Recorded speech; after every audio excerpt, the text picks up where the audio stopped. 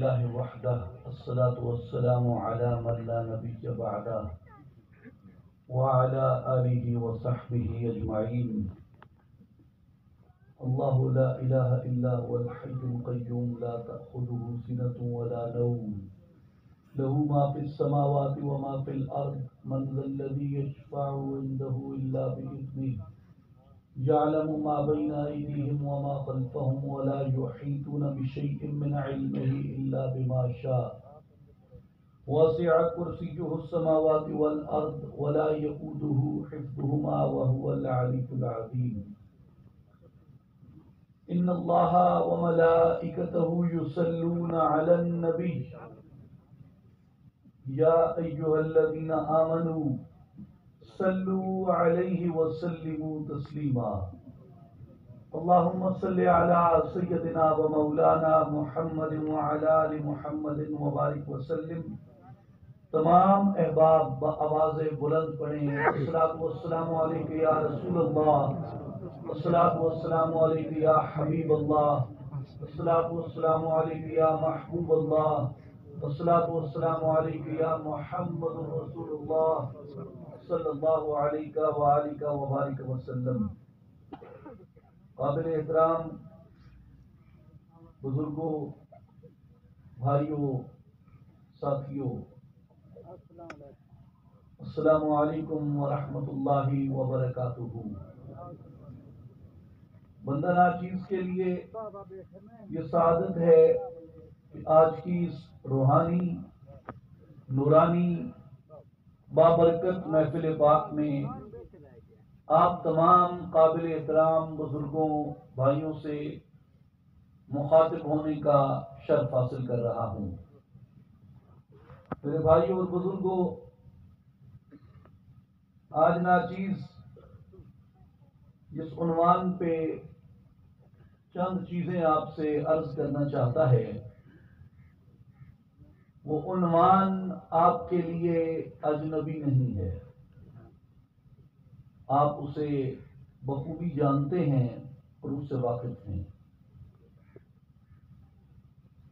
اور اسے عام طور پہ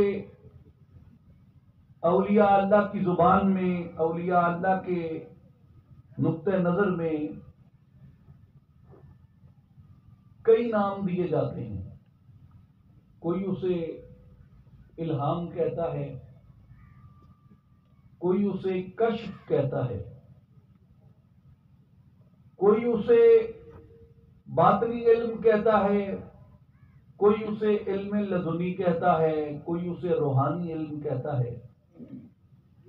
کئی ناموں سے ہم اسے جانتے ہیں، لیکن میرے بھائیوں اور بزرگوں،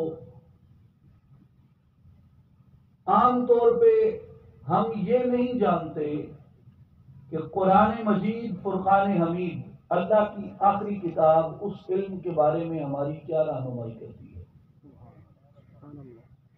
ہم عام طور پہ زیادہ سے زیادہ چند ایک اولیاء اللہ کے بارے میں کچھ بنیادی سی ان کی باتیں سن لیتے ہیں، جن کو عموماً کرامت کہا جاتا ہے یا ان کا کشف کہا جاتا ہے. لیکن یہ نہیں جانتے کہ وہ لوگ جن کی تربیت نگاہ مصطفیٰ نے کی، وہ لوگ جو نبی پاک شہید اولاق خاتم الانبیاء محمد مصطفیٰ احمد مجتبیٰ صلی اللہ علیہ وآلہ وسلم کی بارگاہ اقدس میں بیٹھے، حضور کے چہرے انور کی زیارت کی، حضور کے صحابی بنے، ان کے بارے میں قرآن کیا بتاتا ہے اور ان کے بارے میں احادیث مبارکہ ہمیں کیا بتاتی ہے. میرے بھائیوں، اس سے پہلے کہ میں آپ کے سامنے اصل موضوع کی طرف آتے ہوئے قرآن مجید سے کچھ آیات پیش کروں، ایک بات ذہن نشین کر لیں کہ یہ جو ہم دیکھتے ہیں، یہ جو ہماری دید ہے، آنکھ ہے، بینائی ہے، اس کو عربی میں کہتے ہیں بصر. عربی میں کیا کہتے ہیں؟ بصر. اور جو آپ اس آنکھ سے دیکھتے ہیں، ظاہری آنکھ سے، آپ ابھی ایک دوسرے کو دیکھ رہے ہیں، مجھے دیکھ رہے ہیں، میں آپ کو دیکھ رہا ہوں، ہم اس لکڑی کو دیکھ رہے ہیں، یہ پھولوں کو دیکھ رہے ہیں، چٹائی کو اور قالین کو دیکھ رہے ہیں، کرسی دیکھ رہے ہیں، درخت دیکھ رہے ہیں، پاکستان کے خوبصورت پرچم دیکھ رہے ہیں، ارد گرد دیواریں دیکھ رہے ہیں. یہ ہم جو کچھ بھی دیکھ رہے ہیں، یہ ہم اس بصر سے دیکھ رہے ہیں، اور اس بصر سے ان اشیاء کو دیکھنے کو کہتے ہیں بصارت. کیا کہتے ہیں؟ بصارت. کہ جی میں نے اپنی چشم بصارت سے دیکھا ہے، یہ میری بصارت کے گواہی ہے. تو جو بھی اس آنکھ نے دیکھا، ان آنکھوں سے جو کچھ دیکھا گیا، اسے کیا کہتے ہیں؟ بصارت. اور ایک چیز وہ ہے جسے کہا گیا کہ جو دل کی آنکھ سے دیکھا جاتا ہے، جو انوار کو دیکھا جاتا ہے، تجلیات کو دیکھا جاتا ہے، روشنی اور نور کو دیکھا جاتا ہے، اندر کی دنیا سے جو چیز دیکھی جاتی ہے، جس کے سامنے یہ لکڑی حجاب نہیں، جس کے سامنے یہ پردہ حجاب نہیں، جس کے سامنے اینٹیں اور پتھر حجاب نہیں ہے، جس کے سامنے فاصلہ اور دوری حجاب نہیں ہے، جس کے سامنے مدت اور زمانہ حجاب نہیں ہے، اس سے جو چیز دیکھی جاتی ہے اسے بصارت نہیں کہتے، اسے بصیرت کہتے ہیں. اسے کیا کہتے ہیں؟ بصیرت. جو اس آنکھ سے دیکھا یہ کیا ہے؟ بصارت. اور جو اندر کی آنکھ سے دیکھا وہ کیا ہے؟ بصیرت. اب قرآن مجید سنیں.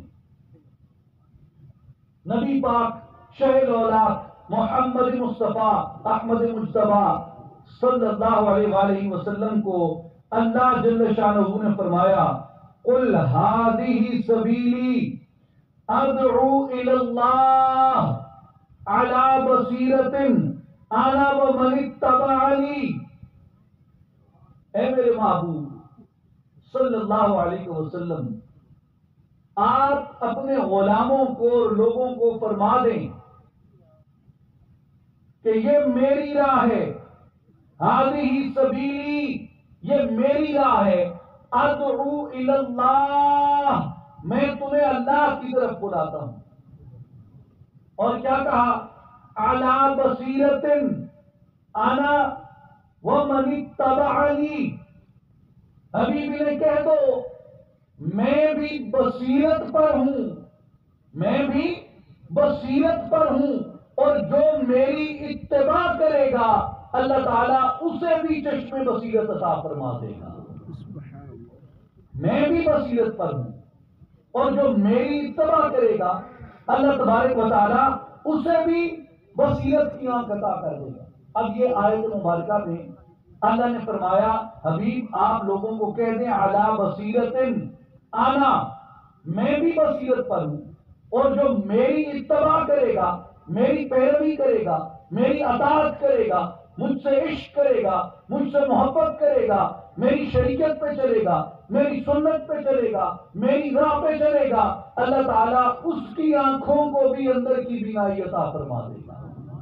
علماء کرام نے بالخصوص ائمہ دین نے، خاص کر میر سید شریف علی جرجانی رحمۃ اللہ تعالی علیہ، آپ نے اپنی کتاب التعریفات میں، اور امام عبدالرؤف مناوی رحمۃ اللہ علیہ نے التوقیف علی مہمات التعریف میں، بڑے بڑے ائمہ کرام ہیں، علماء کرام ان کے اسماء سے واقف ہیں. آپ فرماتے ہیں کہ بصیرت کیا ہے. اب کوئی یہ نہ کہے کہ پیر صاحب نے اپنی طرف سے بصارت اور بصیرت کی نئی شرح کر دی جو نہ کہیں لکھی ہے نہ کہیں پڑھی ہے. الحمدللہ جو بات ناچیز آپ کے سامنے حضرت سلطان العارفین سخی سلطان باہو رحمۃ اللہ علیہ کے پلیٹ فارم سے عرض کر رہا ہے وہ از روئے کتاب اور از روئے سنت ہے، اور ائمہ کرام کی اس رہنمائی کے مطابق ہے جو ہزاروں برس تک وہ امت اسلامی کو عطا کرتے آئے. میر سید شریف علی جرجانی کہتے ہیں بصیرت کیا ہے. امام عبدالرؤف مناوی کہتے ہیں بصیرت کیا ہے. البصیرت قوت للقلب المنور بنور القدس. بصیرت کیا ہے؟ فرمایا بصیرت دل کی اس قوت کا نام ہے جو اللہ کے انوار سے روشن ہوتی ہے. بصیرت دل کی اس قوت کا نام ہے جو اللہ کے انوار سے روشن ہوتی ہے. اور اس کے ساتھ کیا ہوتا ہے؟ یرا بہا حقائق الاشیاء وبواطنہا. اور جسے چشم بصیرت مل جاتی ہے اس کے سامنے چیزوں کا محض ظاہر نہیں ہوتا، اس کے سامنے چیزوں کا باطن بھی ظاہر ہو جاتا ہے اور چیزوں کی حقیقت بھی واضح ہو جاتی ہے. یعنی وہ چیزوں کے اندر جھانک لیتا ہے، اس کے سامنے کوئی مدت پردہ نہیں رہتی. میرے بھائی اور بزرگوں، امام طبرانی رحمۃ اللہ علیہ نے معجم الکبیر میں، امام بیہقی رحمۃ اللہ علیہ نے شعب الایمان میں، اور امام بخاری رحمۃ اللہ تعالی علیہ کے استاد امام ابن ابی شیبہ رحمۃ اللہ علیہ نے مصنف ابن ابی شیبہ میں ایک حدیث پاک لکھی. آپ کے اور میرے نبی تاجدار رسول مختار صلی اللہ علیہ وآلہ وسلم کے سامنے سے حضور کا ایک عاشق گزرا، حضور کا ایک صحابی گزرا. اس کا نام تھا حارث بن مالک انصاری. اب حارث جیسے گزرے حضور کے سامنے سے، حضور صلی اللہ علیہ وآلہ وسلم نے فرمایا اے میرے امتی، میرے عاشق، میرے غلام، میرے حارث، کیف اصبحت؟ فجر کیویں کیتیا؟ فجر کیویں کیتیا؟ صبح کیسے کی ہے تم نے؟ عرض کرتے ہیں یا رسول اللہ اصبحت مؤمنا حقا. جیویں ایک مومن کو فجر کرنی چاہیے یا رسول اللہ میں اویں فجر کی تھی. حضور فرمایا حارث، میرے امتی، میرے عاشق، میرے غلام، میرے صحابی، تے کو پتہ ہے کہ ہر چیز دی حقیقت ہوندی ہے. تے کبھی غور کیتے کہ تیرے ایمان دی کیا حقیقت ہے؟ تیرے ایمان دی کیا حقیقت ہے؟ حارث ہاتھ بند کھڑے عرض کریں دے یا رسول اللہ غور تے کیتم، آپ پوچھے تو میں عرض کر دیں دا آپ کی بارگاہ میں، آپ سن گنو، اگر میں ٹھیک ہاں تو ہمیں کرم فرماؤ تو میں دے، اگر میں کو کوئی مغالطہ لگے تو ہمیں میری اصلاح فرماؤ تو. حضور فرمائے حارث تے اپنے ایمان دی کیا حقیقت دیکھی؟ حارث عرض کریں دے یا رسول اللہ صلی اللہ علیہ وسلم، میرے ایمان دی یہ حقیقت ہے کہ جہیں دیوار دا آپ دے روخے ودہا کو ڈٹھے، جہیں دیوار دے آپ دے چہرے انور دی زیارت کی تھی، ہوں دیوار تو دل دنیا تو بے رغبت تھی گئی ہے تے اپنے مولا دے راغب تھی گئی ہے. اور یا رسول اللہ میں اپنے ایمان تے غور کریں دا تے میں کوئی معلوم تھی دے کہ میری راتاں آپ دی محبت کے اندر بیدار گزر دیں تے دیوار تھی دیئے تو میری دیوار بھی سارا دیں یا رسول اللہ آپ کے عشق تے محبت کے اندر تڑپتے ہیں گزر دیئے. اور یا رسول اللہ میں اپنے ایمان غور کیتے تو میں کو یہ معلوم تھے کہ وَكَأَنِّي أَنظُرُ إِلَىٰ عَرْشِ رَبِّي بَارِزًا، یا رسول اللہ میں کسی ٹائم نگاہ اٹھانا تو میں کو خدا دا عرش اپنے سامنے دستے. وَكَأَنِّي أَنظُرُ الی اہل الجنت یتزاورون فیہا، اور یا رسول اللہ میں جنت کے اندر بہشتیاں کو آپس میں ملاقات کرتے ہوئے دیکھتا ہوں۔ یا رسول اللہ وَكَأَنِّي أَنظُرُ إِلَىٰ أَهْلِ النَّارِ يَتَدَاعُونَ فِيهَا، یا رسول اللہ جہنمیاں کو دوزخ کے اندر عذاب ملتے ہوئے دیکھتا ہوں۔ کیا عرض کی تھی؟ ایمان کی حقیقت کیا ہے؟ آپ نے عشق بے قرار تھی کیا؟ تو یا رسول اللہ ایمان کی حقیقت یہ ہے کہ میں نگاہ اٹھاواں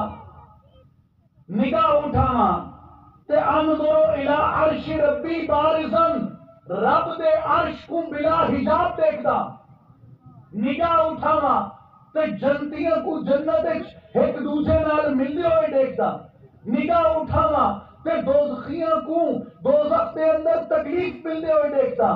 حضور نے اپنے عاشق کی گل سن کی تھی، اپنے دیوانے کی گل سن کی تھی، اپنے صحابی کی گل سن کی تھی، تے گل سن کے صحابی کو حضور نے اے نہیں فرمایا کہ حارث اے کیویں تھی سکدے تو بیٹھا فرش تے ہے تے دیکھے عرش کو، حارث اے کیویں تھی سکدے تو مریا تے نہیں اجا، مرن تو پہلے تو قبر وچ ونجے جنتی ہوئیں تا تو اٹھے جنتیاں کو ملاقات کرے نہ ڈٹھے، حالے تے تو مریا نہیں ان دنیا کے اندر بیٹھے تو جنت کے نظارے کیویں کر سکتے؟ رسول اللہ نے نہیں فرمایا حارث اجب تک موت نہیں آئی تو جہنم کو کیویں دیکھ سکتے؟ رسول اللہ نے نہیں فرمایا حارث تو تیکو وہم دا مرض تھی گئے، رسول اللہ نے نہیں فرمایا حارث تیکو نفسیات دا مرض لاحق تھی گئے، رسول اللہ نے نہیں فرمایا حارث تو مجنون تھی گئے، رسول اللہ نے نہیں فرمایا حارث تیکو ہلوسینیشن تھی دیئے، رسول اللہ نے نہیں فرمایا حارث تیکو کوئی مغالطہ لگے، رسول اللہ نے نہیں فرمایا حارث تو گمراہ تھی گئے، رسول اللہ نے نہیں فرمایا حارث یہ جنت اکھی بھی نہیں بنیاں کہ جڑیاں ہومن زمین تے ہومن فرش تے دیکھن عرش کو، حارث انہیں اکھی دے نال تے تم پردے تو پار نہیں دیکھ سکتا، دیوار تو پار نہیں دیکھ سکتا، پتھر تو پار نہیں دیکھ سکتا، تے زمین تے بہ کے تو رب دے عرش کو دیکھن دے دعوے کیویں کریں دے؟ رسول اللہ نے نہیں فرمایا ہے، بلکہ جس ٹائم رسول پاک کو آپ کا صحابی حارث بن مالک انصاری اے عرض کریں دے کہ یا رسول اللہ فَقَعَنِّي أَنظُرُ إِلَىٰ عَرْشِ رَبِّي بَارِزًا، میں رب دے عرش کو بلا حجاب دیکھتا، میں جنت کو جنتیاں کو ملتا ہوئے دیکھتا، میں جہنم میں جہنمیاں کو ملتا ہوئے دیکھتا۔ رسول پاک نے اپنے صحابی کی گل سنی تے ترے واری فرمایا عرفتا فلزم، عرفتا فلزم، عرفتا فلزم، میرے عاشقہ ایمان دی حقیقت کو پاک ہدائی انہیں تے پکا تھی وئی۔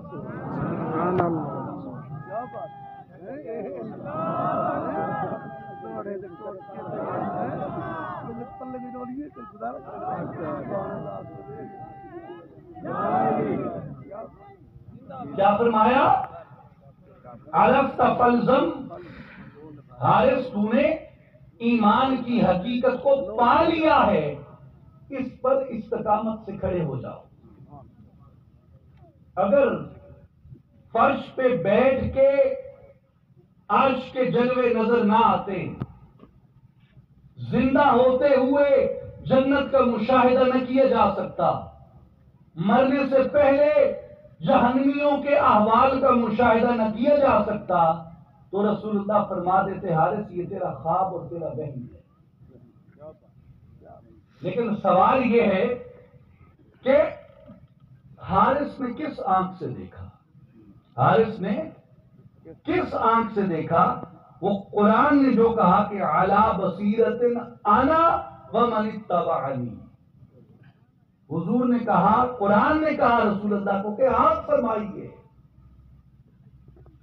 کہ مجھے بصیرت حاصل ہے، مجھے بصیرت حاصل ہے، اور جو میری اتباع کرے گا، جو میری پیروی کرے گا، جو میرے راستے پہ چلے گا، اللہ تبارک و تعالیٰ اس کو بھی بصیرت عطا فرما دے گا، اللہ تبارک و تعالیٰ اس کو بھی اندر کی آنکھ عطا کر دے گا۔ اس لیے یہ جو چشم بصیرت ہے یہ کوئی ایسی بات نہیں ہے جو مومن کو نصیب نہ ہو سکتی ہو، اس کا وعدہ اللہ نے قرآن میں کیا کہ میرے حبیب کی اتباع کر لو، تمہارے اندر کی آنکھیں روشن ہو جائیں گی، ہمارے اندر کی آنکھیں روشن ہو جائیں گی۔ اب یہاں یہ سوال ہوا کہ پھر سنا میں بڑی اتباع کی تھی، نماز بھی کوئی نہیں چھڑے دا، پھر روزہ بھی نہیں چھڑے دا، حج بھی بڑے کیتے ہیں، اتباع بڑی کیتی ہے، خدمت دین بھی بڑی کیتی ہے، میں کونتے آج تینوں اندر بھی روشنی نصیب نہیں تھی۔ تھی سکتے نا سوال؟ میرے نوجوان پڑھے لکھے بھائی بیٹھے ہو جائے ذرا ہاتھ کھڑے کرو، ماشاءاللہ بہت کثیر تعداد ہے۔ جو میری گل کو غور نال سنو، ایک نات گنے تول گنے انہیں بے عقلی کی گل نہیں، سمجھن کی گل۔ میں 5 طرح دے لوگ ڈٹھے نہیں، کتنی طرح دے؟ 5 طرح دے جنہیں فزکس پڑھی ہے، جنہیں فزکس پڑھی ہے۔ پہلی قسم میں ایک ایسے آدمی بھی ڈٹھے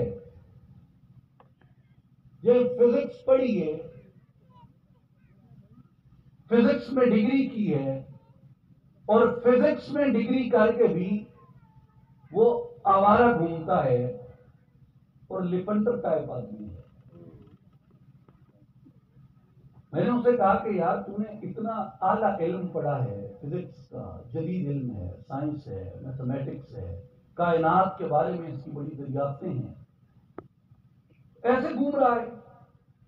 اس نے کہا صحیح بات یہ ہے کہ میں تو نہیں پڑھنا چاہتا تھا، ماں باپ کی سختی تھی بھائی کچھ کر لو، پڑھ لو، کوئی کام کر لو گے، میں پڑھ گیا ہوں، روزی روٹی کا اور وسیلہ بنا ہوا ہے، مجھے ملازمت کی یا سائنس کی لیبارٹری کی کیا ضرورت ہے۔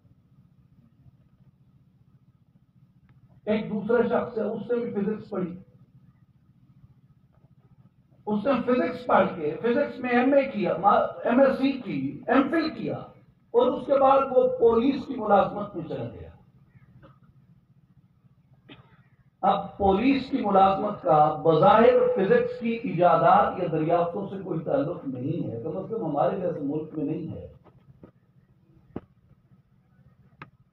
تو اس سے مراد یہی ہے کہ اس شخص نے فزکس کی ڈگری فزکس کے لیے حاصل نہیں کی تھی، بلکہ ایک باعزت ملازمت کے لیے، ایک باعزت ذریعہ روزگار کے لیے حاصل کی تھی، اور وہ اسے پولیس میں مل گیا، وہ اس میں چلا گیا۔ ایک تیسرے شخص کو میں نے دیکھا، اس نے بھی فزکس میں ڈگری حاصل کی ہے، اور وہ اسکول میں سائنس ٹیچر ہے۔ یہ درست ہے کہ اپنی جماعت میں، اپنی کلاس میں وہ ایک باعزت شخص ہے، کلاس روم میں باعزت شخص ہے، اسکول میں باعزت شخص ہے، گھر میں باعزت شخص ہے، اپنی بستی میں، ارد گرد کی بستیوں میں، معاشرے میں ایک باعزت انسان ہے، لیکن اس کی کوئی سائنسی دریافت ہوگی کیا؟ اس کی کوئی ایجادات ہوں گی؟ کوئی سیارہ، کوئی ستارہ وہ ڈھونڈ نکالے گا؟ ایک چوتھا شخص ہے، اس نے بھی فزکس میں ڈگری کی، وہ ایک یونیورسٹی میں لیکچرر لگ گیا۔ اب وہ اس سے تھوڑی سی ایڈوانس فزکس پہ ہے کہ وہ آرٹیکلز پڑھتا ہے، چھاپتا ہے، کیونکہ اس کی پروموشن کی ریکوائرمنٹ ہے۔ لیکن ایک 5واں شخص ہے، اس نے بھی فزکس میں ڈگری حاصل کی، اور فزکس میں ڈگری حاصل کرنے کے بعد وہ ایک اچھے فزسسٹ کے ساتھ متصل ہو گیا، وابستہ ہو گیا۔ جہاں فزکس کی جدید ترین کتابیں تھیں، جدید ترین ویل اکوپڈ لیب تھی، وہاں بیٹھ کے اس نے فزکس کو سیکھا۔ اس شخص سے یہ توقع ہے کہ وہ کوئی ایجاد کر لے، وہ کوئی دریافت کر لے، اس پہ کوئی چیز سائنس کی، علم کی، کائنات کی، دنیا کی، فزکس کی منکشف ہو جائے۔ 5 لوگ ہیں فزکس پڑھنے والے، اور ان 5 میں دریافت اور ایجاد کی منزل پہ ایک پہنچا۔ ان میں سے کون پہنچا؟ جس کو ایک اچھا فزسسٹ اور ایک اچھی لیبارٹری مل گئی جہاں وہ اپنی پڑھی ہوئی فزکس کے ایکسپیریمنٹ کر سکتا ہے. میرے بھائیوں، یہ ایک سائنسی دنیاوی مادی علم ہے. اگر اس میں جستجو اور شوق کو، فزکس کے جنون کو، فزکس کے عشق کو، فزکس کی لگن کو مائنس کر دیا جائے تو فزکس پڑھا ہوا بھی لفنڈروں کی طرح گھوم سکتا ہے، زندگی برباد کر سکتا ہے، بغیر ایجاد اور دریافت کے رہ سکتا ہے. لیکن ایجاد اور دریافت کے درجے کو پہنچنے کے لیے شوق چاہیے، لگن چاہیے، نیت چاہیے، وہ ارادہ چاہیے. میرے بھائیوں، جو بصیرت کی آنکھ کھلتی ہے اتباع کے ذریعے سے، وہ بھی ایسے ہی کھلتی ہے جیسے دریافت ایجاد کی منزل پہ پہنچنے کے لیے ایک کامل فزسسٹ کی ضرورت ہوتی ہے، ایک ویل اکوپڈ لیب کی ضرورت ہوتی ہے. اسی طرح بصیرت کی آنکھ کو روشن کرنے کے لیے کسی مرشد کامل کی رفاقت اور توجہ کی ضرورت ہوتی ہے، جو اتباع رسول کے ذریعے بصیرت کی آنکھ تک لے کے جاتا ہے.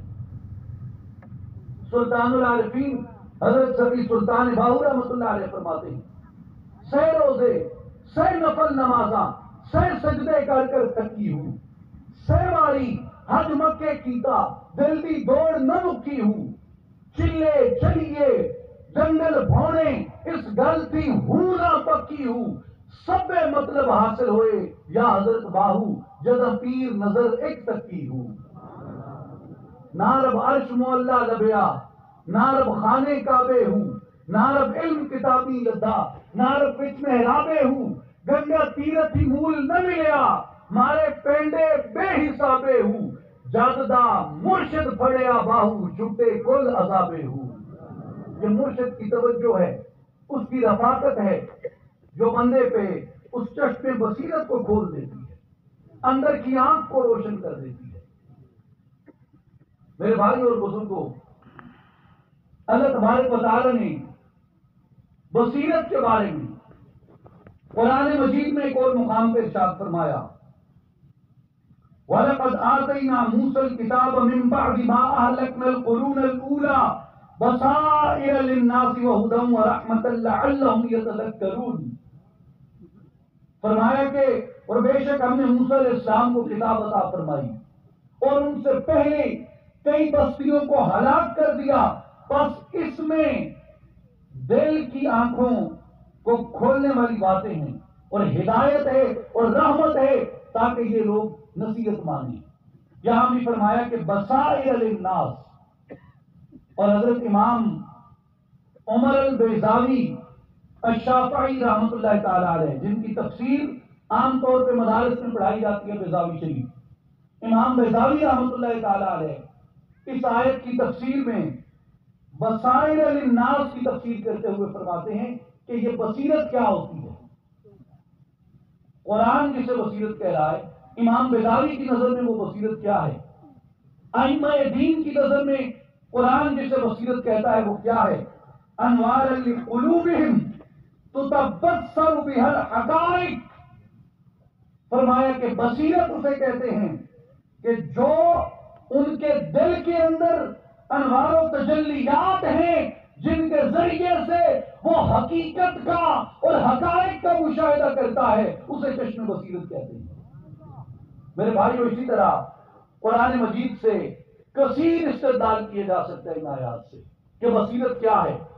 تمام ائمہ دین نے، مفسرین کرام نے، متکلمین نے، اہل عقیدہ نے یہ کہا کہ بصارت ظاہر کی آنکھ کو کہتے ہیں اور بصیرت دل کی آنکھ کو کہتے ہیں.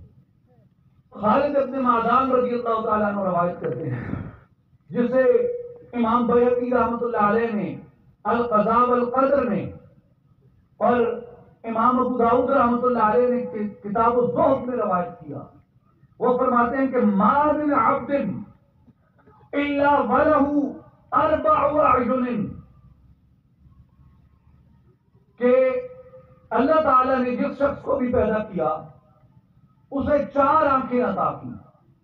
کتنی؟ 4. ایک گل سن کے ہر بندے غور کی تو ہوتی ہے کہ سنا میڈیوں کے ڈوبے چار کتوں آ گئی وہ بھیا ڈو کتنے؟ خالد ابن معدان فرماتے ہیں عینان فی وجہ ہی، دو تے تیڑیاں اے ہن جڑیاں متھے دے تلے اللہ صحیح لائیں، دو تے تیڑیاں اے ہن جڑیاں متھے دے تلے اللہ صحیح لائیں، وعینان فی قلبہ، تے دو او اکھیاں جڑیاں اللہ صحیح تے دل وچ رکھیاں۔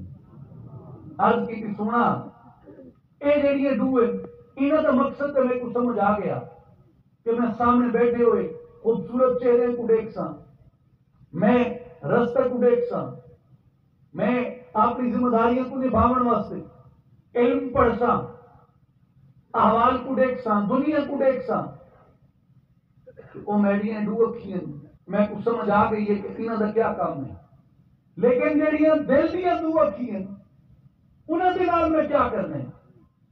انہوں نے والد خالد ابن معدان فرمانن کے فرمایا گیا بہما ما وعد اللہ بالغیب، اور جڑیاں دل دیاں دو اکھیاں تے کو اللہ صحیح دتیاں انہاں دے نال جے کوئی شوق ہو سی اللہ پاک انہاں دے واسطے غیب دے انوار کو واضح فرما دے سی۔ جس طرح ظاہر دی اکھ دے نال بندہ دنیا دا مشاہدہ کر دے، اسی طرح باطن دی اکھی دے نال اللہ پاک بندے کو غیب کے مشاہدات عطا فرمائے دے۔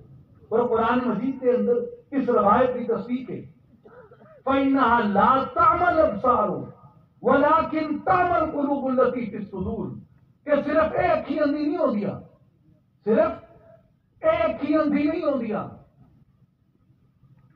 وَلَكِنْ تَعْمَى الْقُلُوبُ الَّتِي فِي الصُّدُورِ، وہ آنکھیں بھی اندھی ہو جاتی ہیں جو تمہارے دل اور تمہارے سینوں کے اندر ہے۔ قرآن کہتا ہے فَإِنَّهَا لَا تَعْمَى الْأَبْصَارُ، یہ آنکھیں اندھی نہیں ہیں، وَلَكِنْ تَعْمَى الْقُلُوبُ الَّتِي فِي الصُّدُورِ، سینوں میں دلوں میں جو آنکھیں رکھی ہیں وہ دل اندھے ہو جاتے ہیں، وہ ان آنکھوں سے معلوم ہو جاتے ہیں۔ تو جب وہ آنکھ کھلتی ہے اندر کی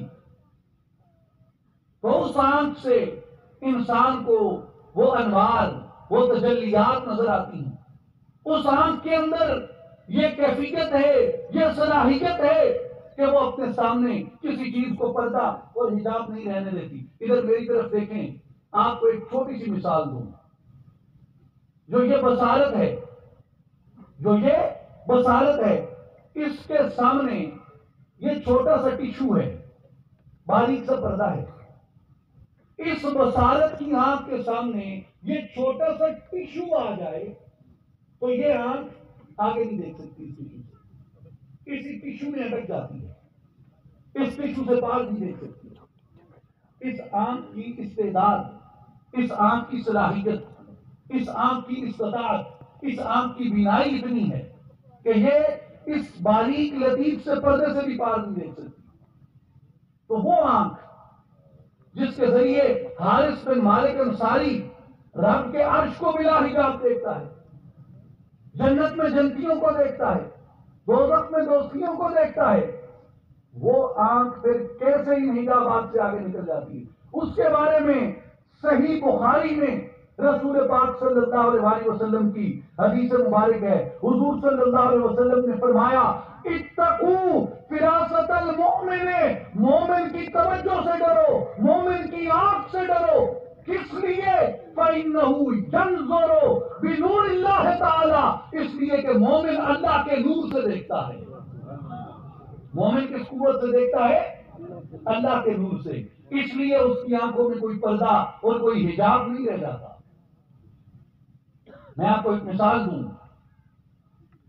کہ میرے پیر، آپ کے پیر، دستگیر، غوث الاعظم، قطب ربانی، شہباز لامکانی، محبوب سبحانی، سیدنا شیخ عبد القادر جیلانی الحسنی الحسینی البغدادی رضی اللہ تعالیٰ عنہ، آپ ایک دن منبر پہ خطبہ دے رہے تھے، منبر پہ خطبہ دے رہے تھے اور سامنے ہزاروں کا مجمع تھا، اور آپ کے بالکل سامنے آپ کے ایک مرید اور آپ کے شاگرد بیٹھے تھے، ان کا نام تھا علی بن حیتی۔ علی بن حیتی خطبہ سنتے سنتے سو گئے، آپ نے بھی دیکھا ہوگا عام طور پہ، اور میں دعا کرتا ہوں اللہ تعالیٰ آپ کو محفوظ رکھے، کہ مولوی صاحب تقریر کے نہ کھڑا ہوئے تھے تو سب مولوی صاحب کے سامنے بیٹھے ہوتے تو آپ کو اونگا ہوئے،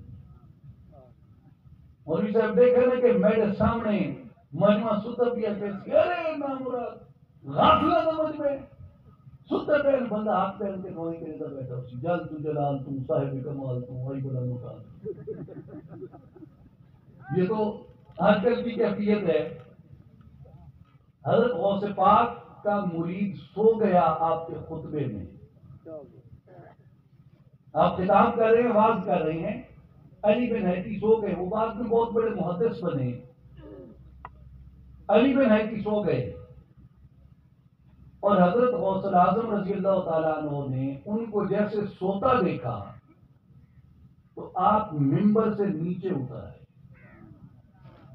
ممبر سے نیچے اتر آئے. اور ادھر میری طرف توجہ کریں، ممبر سے نیچے اتر کے آپ ایسے کھڑے ہو اس طرح. اب وہ مرید ہے، خادم ہے، شاگرد ہے آپ کا، لیکن واز چھوڑ کے نیچے آ گئے اور سوئے ہوئے اپنے مرید کے سامنے ایسے کھڑے ہوئے.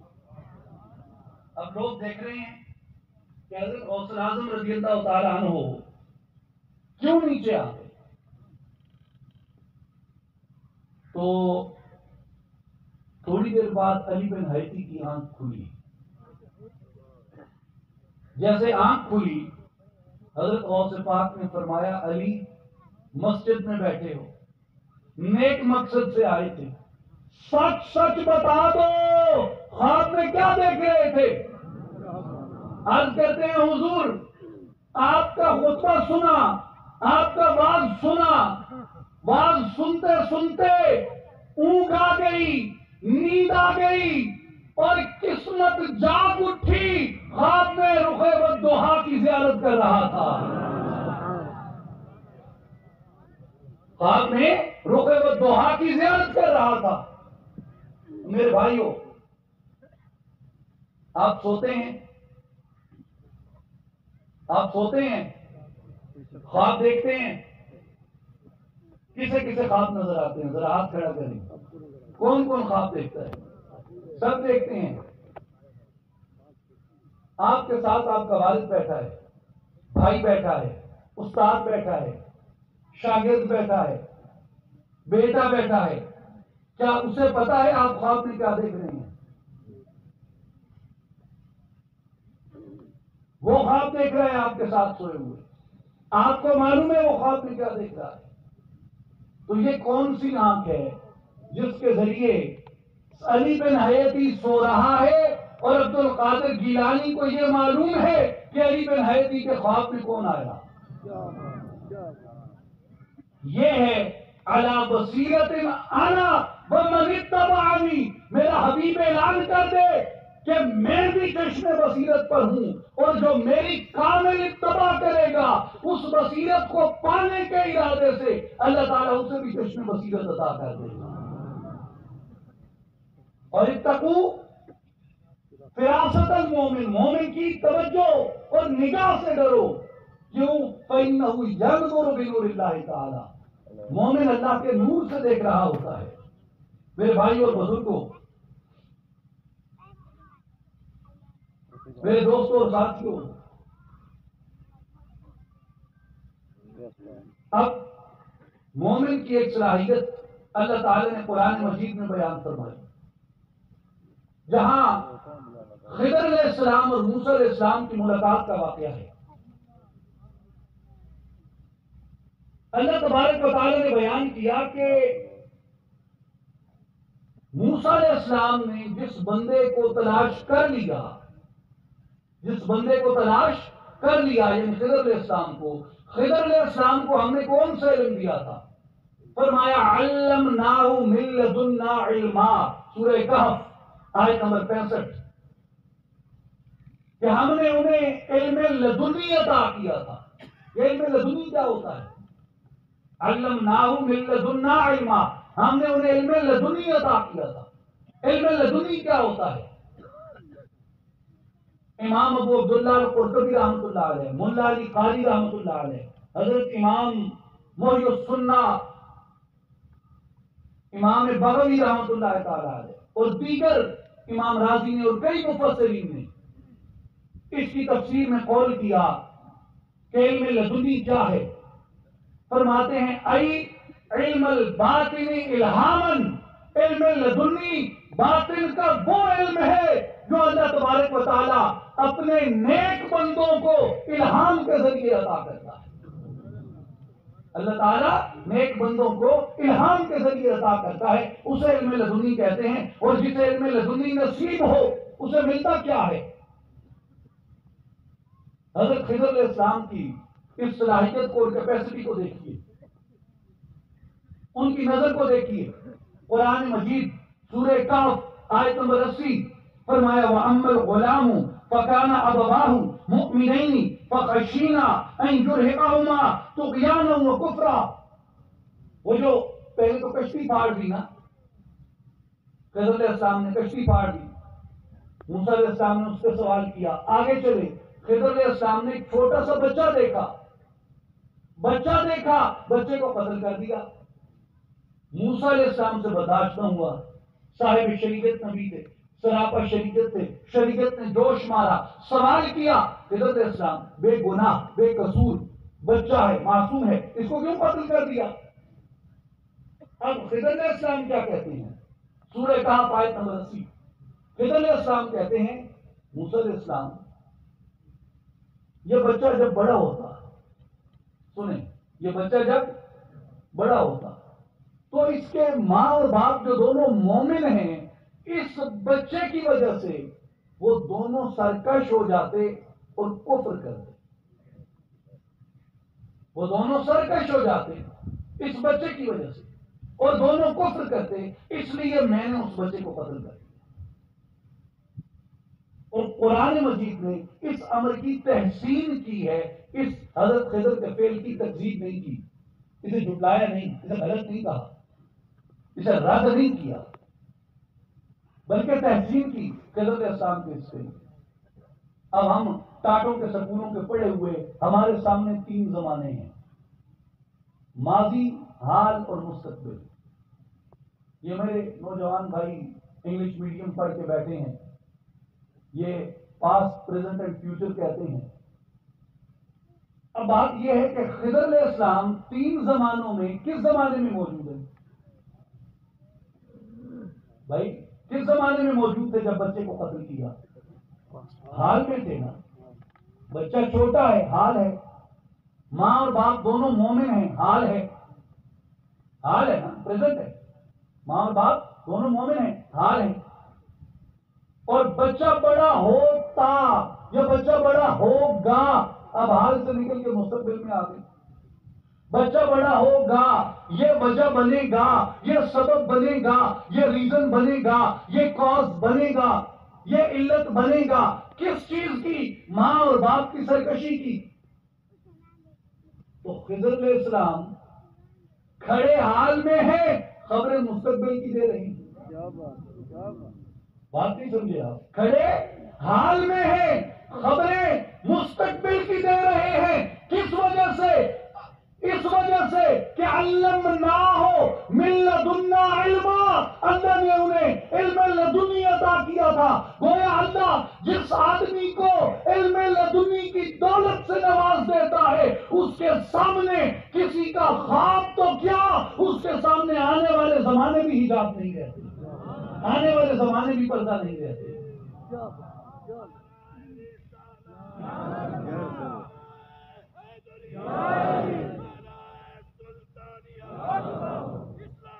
اس لیے میرے بھائی اور بزرگوں، یہ چشم باطن ہے، یہ چشم الہام ہے، یہ وہ چشم بصیرت ہے جو اللہ تبارک و تعالی اپنے مومنین کو عطا کرتا ہے۔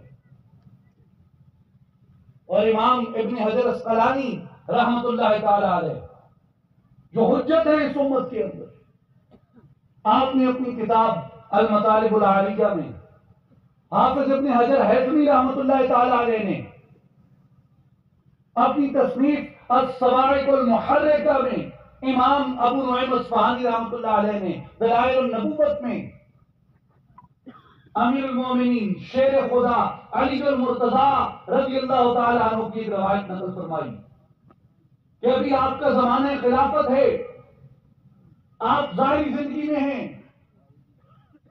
ابھی آپ شہید نہیں ہوئے، ابھی بات کی حکومت نہیں آئی، ابھی یزید کا اقتدار نہیں آیا، ابھی واقع کربلا پیش نہیں آیا، اس سے کئی اشرے پہلے حضرت علی رضی اللہ تعالیٰ عنہ عراق گئے، کربلا کے مقام سے گزرے۔ حافظ ابن حجر عسقلانی نے یہ واقعہ نقل کیا اور وہ فرماتے ہیں کہ سیدنا علی رضی اللہ تعالیٰ عنہ نے اپنے ایک رفیق کو بلایا اور اپنے رفیق کو بلا کے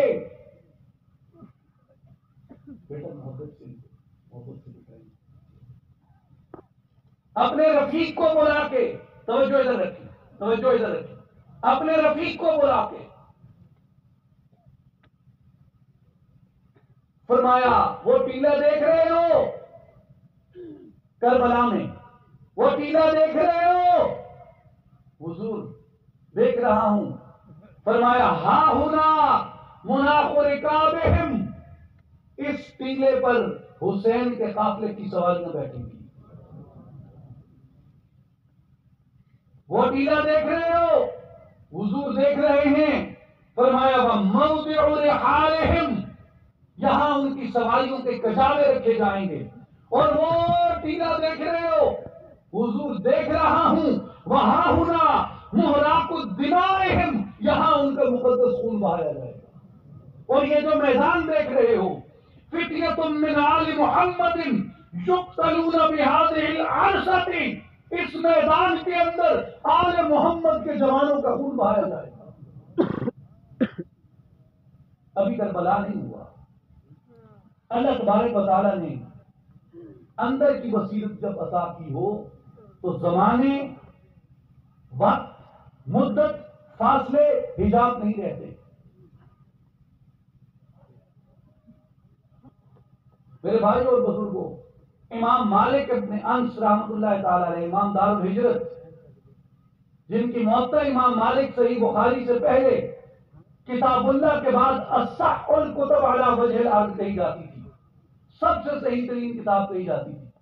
اور شاہ ولی اللہ محدث دہلوی نے جو کیٹیگرائزیشن کی ہے کتب احادیث کی، جو درجہ بندی کی ہے، درجہ اولا میں 3 کتابیں رکھی، بخاری، مسلم اور موطا امام مالک۔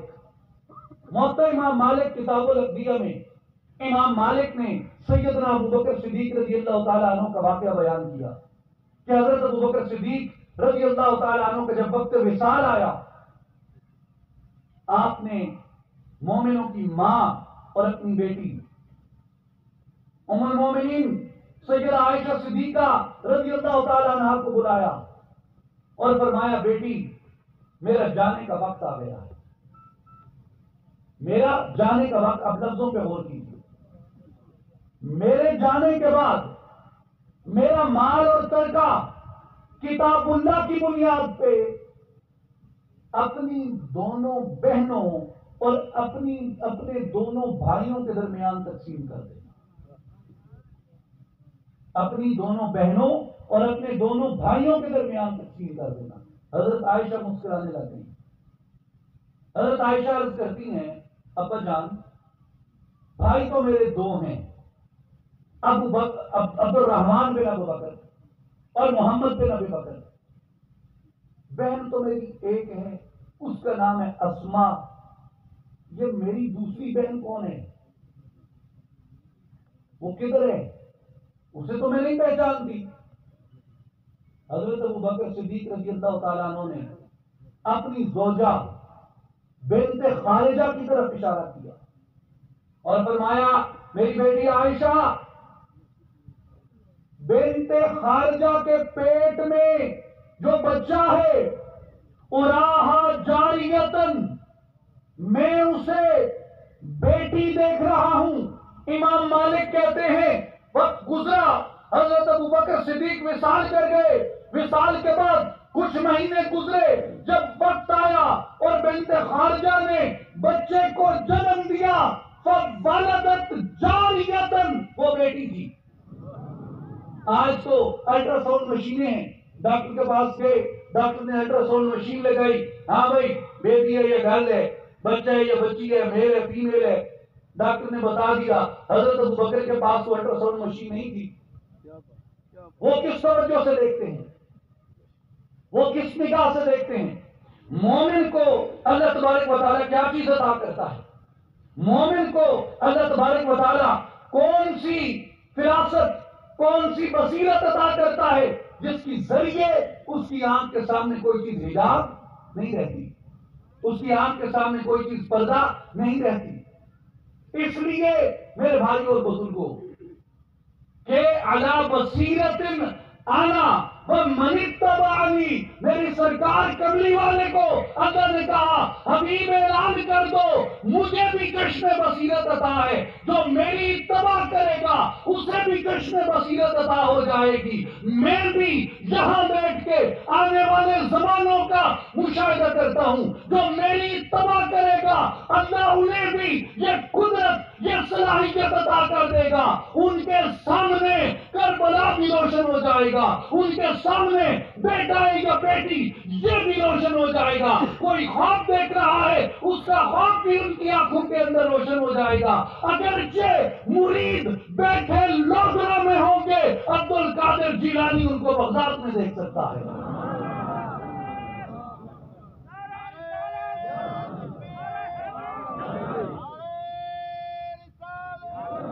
آخری روایت سنیں، گفتگو کو اختتام کی طرف لے جاتے ہیں.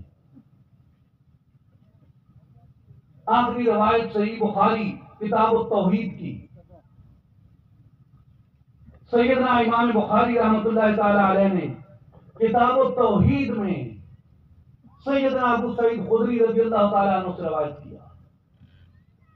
حضور صلی اللہ علیہ وسلم نے فرمایا قیامت کا دن ہوگا، اللہ تعالیٰ مومنوں کی بخشش کر دے گا. وہ جنت میں جاؤ بھائی، مہر لگ گئی ہے تم پہ بخشش کی. فرمایا کچھ مومن ہاتھ باندھ کے اللہ کے سامنے کھڑے ہو جائیں گے، جنت میں اپنے مقامات کی طرف نہیں جائیں گے. مولا کریم فرمائے گا میرے بندو میں نے بخش دیا، جاؤ. عرض کریں گے مولا ہم تو جاتے ہیں لیکن تب تک نہیں جائیں گے جب تک ہمارے کچھ بھائی، ہمارے کچھ دوست، ہمارے کچھ محبین جو ہمارے ساتھ تیرا ذکر کرتے، ہمارے ساتھ نمازیں پڑھتے، ہمارے ساتھ روزے رکھتے، ہمارے ساتھ عبادت کرتے، ہمارے ساتھ نیک کام کرتے، وہ جہنم میں پڑے ہیں. جب تک تو انہیں جہنم سے رہا نہیں کرتا تب تک ہم بھی جنت میں نہیں جائیں گے. اللہ تعالیٰ فرمائے گا، صحیح بخاری کتاب التوحید کے الفاظ ہیں، اللہ تعالیٰ فرمائے گا اے میرے بندو جاؤ، میں نے آگ تم پہ حرام کر دی، آگ تم پہ حرام کر دی، جاؤ جہنم میں داخل ہو جاؤ. اذهبوا، جاؤ، فمن وجدتم فی قلبہ مثقال دینار من ایمان فاخرجوہ، جاؤ جہنم میں جس کے دل میں تمہیں ایک دینار کے برابر ایمان نظر آئے اسے نکال کے لے آؤ. وہ مومن جہنم میں جائیں گے، جہنم میں جا کے جن کے سینے میں دینار جتنا ایمان ہوگا ان کو نکال کے لے آئیں گے. مجھے پھر میرے پیر دستگیر غوث الاعظم کا فرمان یاد آ گیا. حضرت غوث پاک فرماتے ہیں میرے مریدوں انا فی الحشر شافع لمریدی، قیامت کے دن میں اپنے مریدوں کی چن چن کر شفاعت کروں گا اللہ کے دربار میں. اس لیے صحیح بخاری کے الفاظ ہیں کہ وہ جائیں گے جہنم میں اور جن کے سینے میں ایک دینار جتنا ایمان ہوگا انہیں نکال کے لے آئیں گے اور نکال کے لا کے جنت میں نہیں چلے جائیں گے، اللہ کے دربار میں آ کے پھر کھڑے ہو جائیں گے. مولا فرمائے گا اب کیوں آ گئے ہو؟ عرض کرے سن مولا ساری سنگت نیکوکار بھی ہیں، ڈھیر سارے ہیں، کچھ تیری رحمت نال کچھ نیک عملہ نال بخشے گئے تے کچھ ہیں جنہاں دے دل وچ دینار جتنا ایمان آئی انہاں کو کٹ کے نہ دسے، لیکن مولا کچھ گناہگار بھی ہیں سارے سنتے، وہ مسکین بھی ہیں جنہاں دی نیکیاں گھٹ، اعمال گھٹ، ایمان گھٹ، اور اجمی جہنم میں چل جب تک تو انہاں کو جہنم کو خلاصی عطا نہیں فرمیدا اساں بھی تیری جنت نہ بڑھ۔ مولا کریم فرمیسی اذهبوا، میرے بندوں پھر جاؤ، توجہ ہے، فرمایا کہ پھر جاؤ، فمن وجدتم فی قلبہ مثقال نصف دینار فاخرجوہ، جاؤ جس کے سینے میں آدھے دینار جتنا ایمان ہے اسے بھی نکال کے لے آؤ، جب وہ آدھے دینار جتنا ایمان ہے ان کو نکال کے لے آئیں گے، آ کے پھر جنت میں نہیں چلے جائیں گے، مولا کی بارگاہ میں پھر ہاتھ باندھ کے کھڑے ہوں گے، مولا فرمائے گا میرے بندو اب کیا ہوا ہے، اب کیوں کھڑے ہو؟ اللہ کے وہ ولی اللہ کے دربار میں عرض کریں گے مولا کچھ گناہگار تھے وہ تو نکال کے لے آئے ہیں، کچھ ڈھیر گناہگار تھے، ڈھیر خطاکار تھے، لیکن مولا ہماری سنگت میں تھے، ہمارے ساتھ تھے، اچھے کام کرتے تھے، جب تک تو انہیں بھی خلاصی عطا نہیں کرتا تب تک ہم بھی جنت میں نہیں جائیں گے۔ صحیح بخاری کتاب التوحید کے الفاظ ہیں، اللہ تعالیٰ فرمائے گا اذهبوا، تو پھر دوبارہ جاؤ جہنم میں، فمن وجدتم فی قلبہ مثقال ذرۃ من ایمان فاخرجوہ، جاؤ جس کے سینے میں تمہیں دینار برابر نہیں، آدھے دینار برابر نہیں، جس کے سینے میں ایک ذرہ بھر بھی ایمان نظر آتا ہے اسے بھی لے کے آؤ، وہ پھر جائیں گے، اور جن کے سینوں میں ایک ذرہ بھر ایمان ہوگا اسے بھی نکال کے لے آئیں گے۔ میرے بھائی اور بزرگوں، آپ سب ایمان والے بیٹھے، کون کون ایمان والا ہے آپ؟ جو اللہ پہ، رسول پہ، رسولوں پہ، کتابوں پہ، فرشتوں پہ، قیامت کے دن پہ ایمان رکھتا ہے، سب مومن ہیں الحمدللہ۔ آپ میں کس کس نے اپنے ایمان کو دیکھا ہے؟ ایمان کی علامت اور چیز ہے، ایمان کی نفس ہی اور چیز ہے، نماز ایمان کی علامت ہے، روزہ ایمان کی علامت ہے، معاف کرنا ایمان کی علامت ہے، ایمان کی نفس ہی کیا ہے؟ کس نے دیکھا ایمان کو؟ وہ تو نور ہے سینے کے اندر بختی ہے۔ ایمان ایک شے غیر مرئی ہے جس کو دیکھا نہیں جا سکتا۔ ایک بندہ مر گیا، آپ کو کیسے پتا چلا مومن ہے؟ ایمان نہیں دیکھتے آپ اس کا، ایمان کی علامت دیکھتے ہیں کہ ماتھے میں روشنی ہو۔ ایمان کی علامت ہے، جیسے علامہ اقبال نے کہا نشان مرد مومن بات گویم جو مر گیا تبسم بر لبے اوس، میں تمہیں مومن کی علامت بتا دیتا ہوں، جب مرے گا اس کے ہونٹوں پہ مسکراہٹ ہوگی، یہ ایمان کی علامت ہے۔ ایمان کی نفس ہی کیا ہے؟ ایمان کی نفس ہی شے غیر مری ہے جسے دیکھا نہیں جا سکتا، لیکن جو مومن کی آنکھ ہے، مومن کی آنکھ کیسی ہے کہ وہ سینے میں جہنم میں جلتے ہوئے گناہگار کے سینے میں ایمان کی شناخت کر لے گا۔ نہ صرف یہ ایمان کو دیکھ لے گا، وہ ایمان کی مقدار کو بھی دیکھ لے گا، کس کے سینے میں دینار جتنا ہے، کس کے سینے میں آدھے دینار جتنا ہے، کس کے سینے میں ایک ذرہ برابر ہے۔ میرے بھائی اور بزرگوں، میرے دوستوں اور ساتھیوں،